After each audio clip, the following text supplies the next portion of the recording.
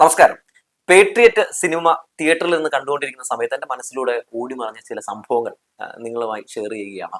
Loan app കെണിയിൽപ്പെട്ട് morph ചെയ്ത ചിത്രങ്ങൾ പ്രചരിപ്പിച്ചതിനെ തുടർന്ന് പത്തനംതിട്ട സ്വദേശിയായിട്ടുള്ള യുവാവ് ആത്മഹത്യ ചെയ്ത സംഭവം, തന്റെ സ്വകാര്യ ചിത്രങ്ങൾ സുഹൃത്തുക്കൾക്കും ബന്ധുക്കൾക്കും അയച്ചു കൊടുത്തതിലുള്ള കടുത്ത മാനസിക വിഷമത്തിലായിരുന്നു മരണകാരണമെന്നാണ് ആ വിഷയത്തിൽ അറിയാൻ സാധിച്ചത്. ലോൺ ആപ്പ് ഏജന്റുമാർ ഭാര്യയുടെ ചിത്രം മോർഫ് ചെയ്ത് പ്രചരിപ്പിക്കുമെന്ന് ഭീഷണിപ്പെടുത്തിയതിനെ തുടർന്ന് കൊച്ചിയിൽ ഒരു ദമ്പതികൾ ആത്മഹത്യ ചെയ്ത സംഭവം, ഹൈദരാബാദിൽ ഒരു സോഫ്റ്റ്വെയർ എഞ്ചിനീയർ തന്റെ മോർഫ് ചെയ്ത ചിത്രം സഹപ്രവർത്തകർക്ക് അയച്ചതിനെ തുടർന്ന് ആത്മഹത്യ ചെയ്ത സംഭവം, മധ്യപ്രദേശിൽ ഒരു അച്ഛൻ തന്റെ മക്കളുടെയും ഭാര്യയുടെയും ചിത്രങ്ങൾ മോർഫ് ചെയ്ത് പ്രചരിപ്പിക്കുമെന്ന് ഭീഷണി നേരിട്ടതിനെ തുടർന്ന് കുടുംബത്തോടൊപ്പം ജീവനൊടുക്കിയ സംഭവം, അങ്ങനെ ഒരുപാട് സംഭവങ്ങളാണ് പേട്രിയറ്റ് സിനിമ കണ്ടപ്പോൾ മനസ്സിലൂടെ ഓടി മറഞ്ഞത്. ആദ്യം സിനിമയിലെ നമുക്ക് പോസിറ്റീവ് വശങ്ങൾ നോക്കാം, ശേഷം നെഗറ്റീവ് വശങ്ങൾ നോക്കാം, ഒപ്പം ഈ സിനിമയ്ക്ക് ഞാൻ കൊടുക്കുന്ന റേറ്റിംഗും പറയാം. പോസിറ്റീവായി എനിക്ക് തോന്നിയത് തിരക്കഥയിലെ പുതുമ തന്നെയാണ്. നമ്മളറിയാതെ ഡിജിറ്റൽ കാലഘട്ടത്തിൽ ഡിജിറ്റൽ തട്ടിപ്പിന് ഇരയായി ഒരാൾ എങ്ങനെയാണ് ജീവൻ ഒടുക്കേണ്ടി വരുന്നതെന്നും അത്തരം ചതിക്കുഴികൾ വരുന്ന വഴികൾ എങ്ങനെയാണെന്നും ഒക്കെയാണ് സിനിമ ഗൗരവത്തോടെ അവതരിപ്പിക്കുന്നത്. സ്മാർട്ട് ഫോണിലെ ചതിക്കുഴികളും നമ്മൾ പോലും അറിയാതെ നമ്മുടെ ഫോണിലൂടെയും ലാപ്പിലൂടെയും ഇൻസ്റ്റാൾ ചെയ്യപ്പെടുന്ന നമ്മുടെ സ്വകാര്യത കവർന്നെടുക്കുന്ന ആപ്പുകളും ഡിജിറ്റൽ കാലഘട്ടത്തിൽ നമ്മൾ പോലും അറിയാതെ നമ്മൾ എങ്ങനെ കച്ചവടച്ചരക്കായി മാറുന്നുവെന്നും പേട്രിയറ്റ് പറഞ്ഞു വെക്കുന്നുണ്ട്. പാവപ്പെട്ടവന്റെ നിസ്സഹായാവസ്ഥയെ മുതലെടുക്കുന്ന ഡിജിറ്റൽ മാഫിയകൾ നമ്മുടെ സാമൂഹിക വ്യവസ്ഥിതിക്ക് തന്നെ ഭീഷണിയാണെന്ന് സിനിമ പറഞ്ഞു വെക്കുമ്പോഴും കോർപ്പറേറ്റ് ഡിജിറ്റൽ മാഫിയകൾക്ക് മുമ്പിൽ രാജ്യത്തിന്റെ സുരക്ഷയെ പോലും ബാധിക്കുന്ന ഇത്തരം ഡിജിറ്റൽ വൈറസുകളെ തടയുന്നതിൽ ഭരണാധികാരികൾ പോലും പരാജയപ്പെടുന്നതിനെയും സിനിമ പരോക്ഷമായി വിമർശിക്കുന്നുണ്ട്. ഇതാണ് സിനിമയുടെ പ്രമേയം. ഈ പ്രമേയം വരച്ചു കാണിക്കുന്ന ഒരുപാട് സംഭവങ്ങൾ ഈ സിനിമയിലുണ്ട്. അത് ഞാൻ നിങ്ങളുമായിട്ട് ഷെയർ ചെയ്യുന്നില്ല. കാരണം ഞാൻ ഈ റിവ്യൂവിൽ ഇത് ഉൾപ്പെടുത്താത്ത തന്നെ പ്രധാനപ്പെട്ട കാരണം ഈ സിനിമ കാണാൻ പോകുന്നവന്റെ ആസ്വാദനത്തെ ഈ റിവ്യൂ ഒരു രീതിയിലും ബാധിക്കരുത് എന്നുള്ളത് കൊണ്ടാണ്. സമകാലിക ഇന്ത്യയിൽ ഏറ്റവും കൂടുതൽ ചർച്ച ചെയ്യപ്പെടുന്ന ഒരു സംഭവം സിനിമയാക്കിയതിന് മഹേഷ് നാരായണനും സിനിമയുടെ അണിയറ പ്രവർത്തകർക്കും ബിഗ് സല്യൂട്ട് കൊടുക്കാതെ വയ്യ. മറ്റൊരു പോസിറ്റീവ് ഘടകമായിട്ട് എനിക്ക് തോന്നിയ സിനിമയുടെ ക്വാളിറ്റിയാണ്. പല രാജ്യങ്ങളിലും പോയി സിനിമ ചിത്രീകരിച്ചതിന്റെ നിലവാരം ഓരോ സീനിലും പ്രകടമായിരുന്നു. മാനുഷ് നന്ദന്റെ ഛായാഗ്രഹണം തന്നെയാണ് ഓരോ മാസ സീനിന്റെയും ആകർഷണം. ഫ്ലൈറ്റിലെ ഫൈറ്റ് സീൻ അടക്കം മാസ സീനുകളിലെ മികച്ച ആംഗിളുകളും ഷോട്ടുകളും ഒക്കെ എനിക്ക് മികച്ചതായി തോന്നി.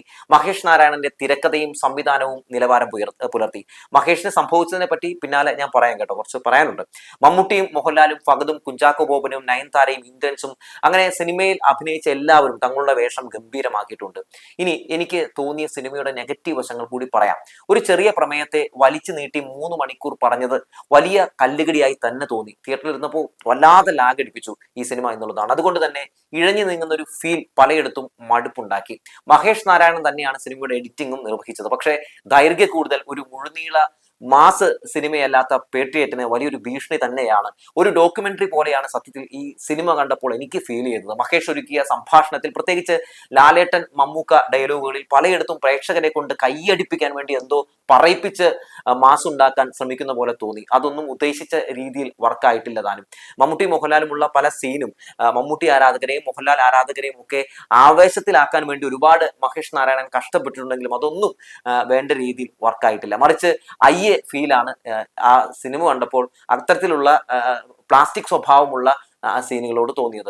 ആകെ സിനിമയിൽ തകർത്താടിയത് ഫഹദ് ഫാസിലാണ്. ഫഹദിന്റെ ശക്തി സുന്ദർ എന്ന വില്ലൻ കഥാപാത്രം കരുത്തുറ്റ രീതിയിൽ അദ്ദേഹം ഭംഗിയാക്കി.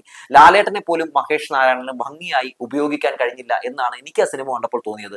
ആദ്യ ഭാഗത്തിൽ എടുത്തു പറയാൻ ഒരു ഇന്റർവൽ പഞ്ചെങ്കിലും ഉണ്ടായിരുന്നു. എന്നാൽ രണ്ടാം പകുതിയിലേക്ക് എത്തുമ്പോൾ ക്ലൈമാക്സിന് പോലും ഒന്നാം പകുതിയിലെ ഇന്റർവൽ പഞ്ചിനൊപ്പം പോലും നിൽക്കാൻ കഴിഞ്ഞില്ല എന്നുള്ളതാണ്. രണ്ടാം പകുതിക്ക് വില്ലനായി മാറിയത് ആദ്യ പകുതി എന്ന് പറയാതെ വയ്യ. തമ്മിൽ ഭേദം തൊമ്മൻ എന്ന് പറയുന്നത് പോലെ ആദ്യ പകുതിയാണ് പിന്നെയെങ്കിലും മെച്ചമായി തോന്നിയത്. ആദ്യ പകുതി ക്ലാസും ചെറിയ മാസുമായി പോയപ്പോൾ രണ്ടാം പകുതിയിൽ സിനിമ വേഗത കൈവരിപ്പിക്കാനും ഒന്ന് പ്രേക്ഷകരെ കയ്യിലെടുക്കാനൊക്കെ വേണ്ടി ശ്രമം നടത്തുന്നുണ്ടെങ്കിലും നിരാശാജനകമെന്ന് പറയിപ്പിച്ചു കളഞ്ഞു. നല്ല മാസ് ബീജിയം പ്രതീക്ഷിച്ചവർക്ക് മുമ്പിൽ സുഷിന്റെ പശ്ചാത്തല സംഗീതം ശരാശരിയായി മാത്രമേ തോന്നിയുള്ളൂ. അധികം പറയുന്നില്ല. മഹേഷ് നാരായണൻ നല്ല ഡയറക്ടറാണ്, കഴിവ് തെളിയിച്ച ആളാണ്. പക്ഷേ മമ്മൂട്ടി മോഹൻലാൽ കോംബോയിൽ സിനിമ ഒരുക്കി ആരാധകരെ തൃപ്തിപ്പെടുത്തുന്നതിൽ താങ്കൾ പരാജയപ്പെട്ടിരിക്കുന്നുവെന്ന് വളരെ സങ്കടത്തോടെ പറയേണ്ടി വരികയാണ്. ഇന്ന് ഒരു സിനിമ ഇറങ്ങുമ്പോൾ ഇല്ലാത്ത ഒന്നുണ്ടെന്നും മാസ് സിനിമ ആണെന്നുമുള്ള ഒക്കെ ഒരു പ്രതീതിയൊക്കെ ഉണ്ടാക്കി ഓവർ PR ഹൈപ്പ് കൊടുത്ത് പല പ്രേക്ഷകനും ഇല്ലാത്ത പ്രതീക്ഷ കൊടുക്കുന്നതാണ് പല സിനിമകളും അമിത പ്രതീക്ഷ സമ്മാനിച്ച് അവസാനം തിയേറ്ററിൽ എത്തുമ്പോൾ പൊളിഞ്ഞടങ്ങി പോകുന്നതിനൊരു കാരണമായിട്ട് എനിക്ക് തോന്നിയിട്ടുള്ളത്. അത് തന്നെയാണ് ഇവിടെയും സംഭവിച്ചതെന്നാണ് എനിക്ക് തോന്നിയത്. അമിത പ്രതീക്ഷകളില്ലാതെ പോയാൽ കണ്ടിരിക്കാവുന്ന ഒരു ശരാശരി സിനിമ മാത്രമാണ്, ഒരു സിനിമ അനുഭവം മാത്രമാണ് പേട്രിയറ്റ് എന്ന് പറഞ്ഞു വെക്കുകയാണ്. ഈ സിനിമയ്ക്ക് 5-ൽ ഒരു 2-ൽ 5 തന്നെ കൊടുത്താൽ പോലും കൂടുതലായി പോകുമെന്നാണ് എനിക്ക് തോന്നുന്നത്. വളരെ പ്രതീക്ഷയോടെയാണ് ഞാനും സിനിമ കാണാൻ പോയത്. ഞാൻ പറഞ്ഞല്ലോ, സിനിമയുടെ പ്രമേയത്തിനപ്പുറത്തേക്ക് സിനിമയിൽ ഒരു പുതുമയോ അല്ലെങ്കിൽ സിനിമയിൽ എന്തെങ്കിലുമൊക്കെ നിങ്ങൾ നിർബന്ധമായും സിനിമ തിയേറ്ററിൽ പോയി കാണണം എന്ന് പറയാനുള്ള ഒന്നും തന്നെ തോന്നിയില്ല. എന്തായാലും മഹേഷ് നാരായണന്റെ മുമ്പിൽ മമ്മൂട്ടിയെ, മോഹൻലാലിനെ പോലെ നല്ല ഗംഭീര നല്ല ആക്ടർമാരെ കിട്ടിയിട്ട് അവരെ നല്ല രീതിയിൽ ഉപയോഗിക്കാൻ കഴിഞ്ഞില്ലല്ലോ എന്നുള്ള സങ്കടം മാത്രമേ ഉള്ളൂ.